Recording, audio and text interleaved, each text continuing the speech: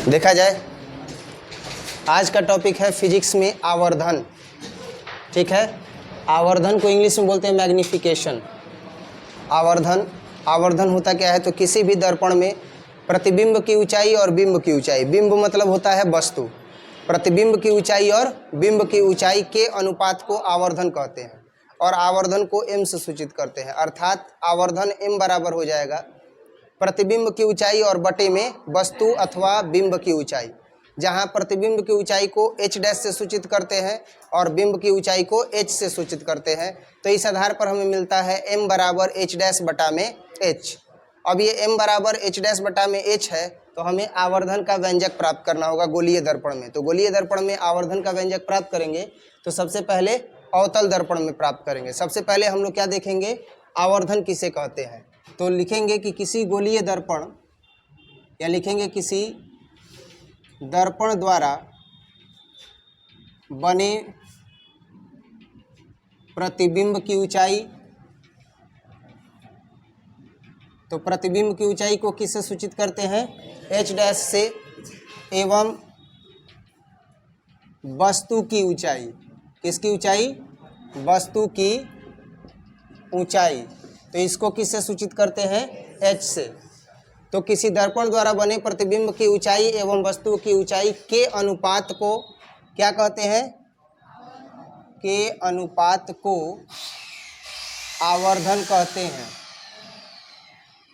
आवर्धन कहते हैं। और इसे किससे सूचित करते हैं, तो इसे स्मॉल m द्वारा सूचित किया जाता है। ठीक है, इसका मतलब क्या हुआ, इसका मतलब ये हुआ कि आवर्धन m बराबर प्रतिबिंब की ऊंचाई और बटा में बिंब की ऊंचाई। तो लिखेंगे अर्थात आवर्धन m बराबर प्रतिबिंब की ऊंचाई और बटे में क्या हो जाएगा, बिंब की ऊंचाई। बिंब मतलब क्या हो गया जी, वस्तु की ऊंचाई, जिसका प्रतिबिंब बन रहा है उस वस्तु की ऊंचाई। यानी हम इसे क्या लिख सकते हैं, m बराबर h डैश और बटे में h लिखा जा सकता है। अब इस आधार पर आवर्धन को परिभाषित कर दिया गया कि किसी दर्पण में प्रतिबिंब की ऊंचाई और बिंब की ऊंचाई के अनुपात को क्या कहते हैं, आवर्धन कहते हैं। इसे स्मॉल m से सूचित करते हैं। अर्थात आवर्धन m बराबर प्रतिबिंब की ऊंचाई और बटे में बिंब अथवा वस्तु की ऊंचाई, या संकेत में m बराबर h डैश और बटा में h। अब एक चीज आप ध्यान दीजिएगा कि मुख्य अक्ष x डैश के ऊपर जो भी मान लिया जाता है वो धनात्मक होता है और मुख्य अक्ष x डैश के नीचे जो भी मान लिया जाता है वो ऋणात्मक होता है। क्यों, क्योंकि मुख्य अक्ष का जो ऊपरी भाग होता है उसमें y अक्ष होता है और y अक्ष पर सदैव धनात्मक मान लिया जाता है, जबकि नीचे ऋणात्मक मान इसलिए होता है क्योंकि नीचे y डैश होता है।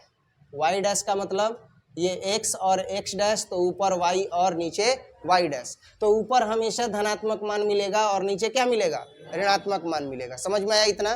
तो इस प्रकार से चतुर्थांश द्वारा ही यह स्पष्ट हो जाता है कि जो मुख्य अक्ष x डैश है उसके ऊपर की दूरियां धनात्मक ली जाएंगी और मुख्य अक्ष x डैश के नीचे की दूरियां ऋणात्मक ली जाएंगी। क्लियर है इतना। अब इसके बाद जो है वो हम लोग अवतल दर्पण में, सबसे पहले तो गोलीय दर्पण में आवर्धन का व्यंजक प्राप्त करना है। पर गोलीय दर्पण जब हम काटते हैं खोखले गोले को और एक भाग को कलई कर देते हैं तो कितना गोलीय दर्पण से दर्पण निकलता है, दो। एक निकलता है अवतल दर्पण तो दूसरा निकलता है उत्तल दर्पण। तो अब हम लोग अवतल दर्पण में आवर्धन का जो है वो मान ज्ञात करेंगे। तो इस अवतल दर्पण में आप देख रहे हो कि इसके बाह्य सतह को कलई किया गया है और इसका परावर्तक सतह धंसा हुआ है। इसके मुख्य अक्ष x डैश पर एक वस्तु रखी गई है AB, जिसका प्रतिबिंब क्या बन रहा है, A डैश B डैश, जो इस वस्तु के सापेक्ष क्या है, वास्तविक उल्टा है। और इस स्थिति में हमें आवर्धन m का मान चाहिए। तो आवर्धन m का मान क्या होगा देखते हैं। तो लिखेंगे, माना कि दर्पण का नामकरण सबसे पहले कर देते हैं x और y। तो लिखेंगे माना कि XY एक कौन सा दर्पण है, अवतल दर्पण है। जो इसमें है वही लिखेंगे। माना कि XY एक अवतल दर्पण है तथा इसका ध्रुव क्या है, तथा इसका ध्रुव P है, एवं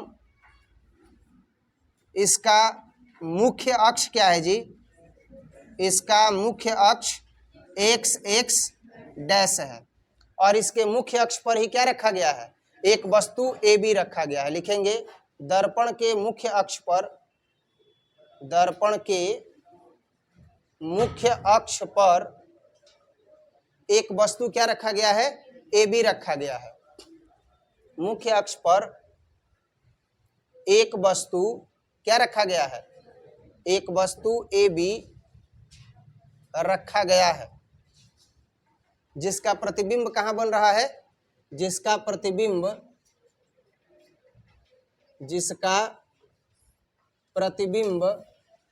मुख्य अक्ष के नीचे बन रहा है, जो वास्तविक क्या है, उल्टा है। जिसका प्रतिबिंब मुख्य अक्ष के नीचे बन रहा है, जो वास्तविक क्या है, उल्टा है, जो वास्तविक उल्टा है। अब बताओ, फिगर का डिस्क्रिप्शन कंप्लीट हुआ। अब तो इसके विषय में कुछ नहीं कहना है। तो अब हम देख क्या रहे हैं कि XY एक अवतल दर्पण है, इसका ध्रुव P है, इसका मुख्य अक्ष x x डैश है, और इसके मुख्य अक्ष पर एक वस्तु AB रखी हुई है, जिसका प्रतिबिंब मुख्य अक्ष से नीचे बन रहा है, जो वास्तविक क्या है, उल्टा है। क्लियर है इतना। अब इसके बाद जो है वो हम लोग दो त्रिभुज लेंगे। कौन कौन से दो त्रिभुज, एक त्रिभुज लेंगे APB और दूसरा त्रिभुज A', B', P। ये दोनों ही त्रिभुज अगर आप देखिएगा तो आपको पता चलेगा कि ये दोनों ही त्रिभुज आपस में क्या है, समरूप है। ये दोनों ही त्रिभुज आपस में क्या है, समरूप है। तो लिखेंगे चित्र से, तो चित्र से क्या होगा भाई, तो चित्र से त्रिभुज APB तथा A', B', P में अब देखा जाए, ये रहा A, ये रहा P और ये रहा B, और इसके बाद A', B' और P। तो यही ना त्रिभुज बन रहा है। एक त्रिभुज ये बन रहा है और एक त्रिभुज ये बन रहा है। तो अब इस स्थिति में क्या करेंगे, अब इस स्थिति में हम दोनों त्रिभुजों में देखें तो ये समरूपता कैसे साबित होगी। तो आप देख सकते हो कि यहाँ कुछ नहीं है तो 90 डिग्री बन रहा है, और यहाँ भी कितना बन रहा है, 90 डिग्री। तो लिखेंगे क्या, लिखेंगे त्रिभुज क्या लिए हैं, APB ना, APB नहीं लेंगे, इसको लिखेंगे BAP, संपूर्ण है। क्या लिखेंगे, BAP। और A', B', P लिखे हैं, इसको लिखेंगे B', A', P। क्या लिखेंगे, त्रिभुज B', A', P में। तो अब देखो BAP कोण BAP और is equal to B', A', P बराबर कितना है जी, 90 डिग्री। अब एक और कोण अगर हम बराबर कर देंगे तो AA समरूपता से दोनों त्रिभुज क्या हो जाएगा, समरूप हो जाएगा। तो अब देखते हैं वो कोण कौन सा है। तो अगर यहाँ देखा जाए तो ये संगत कोण से ये दोनों कोणों का मान बराबर होगा। और वैसे भी किरण आरेख का नियम है कि जब कभी भी कोई भी किरण अगर ध्रुव पर पड़ती है तो उसका जितना आपतन कोण होता है उतना ही क्या होता है, परावर्तन कोण होता है। तो इस स्थिति में ये दोनों कोण आपस में बराबर होंगे कि नहीं, यानी कोण BPA, कोण BPA बराबर क्या हो जाएगा, कोण A', B', कोण A', B'। क्यों ये ऐसा हो गया, क्योंकि हमें पता है कि आपतन कोण बराबर क्या होता है, परावर्तन कोण। तो दोनों कोण बराबर हो गया कि नहीं हो गया। तो लिखेंगे इसलिए AA समरूपता से, किससे, AA समरूपता से। तो AA समरूपता से अब ये दोनों त्रिभुज क्या हो गए, समरूप हो गए। त्रिभुज BAP समरूप त्रिभुज B', A', P।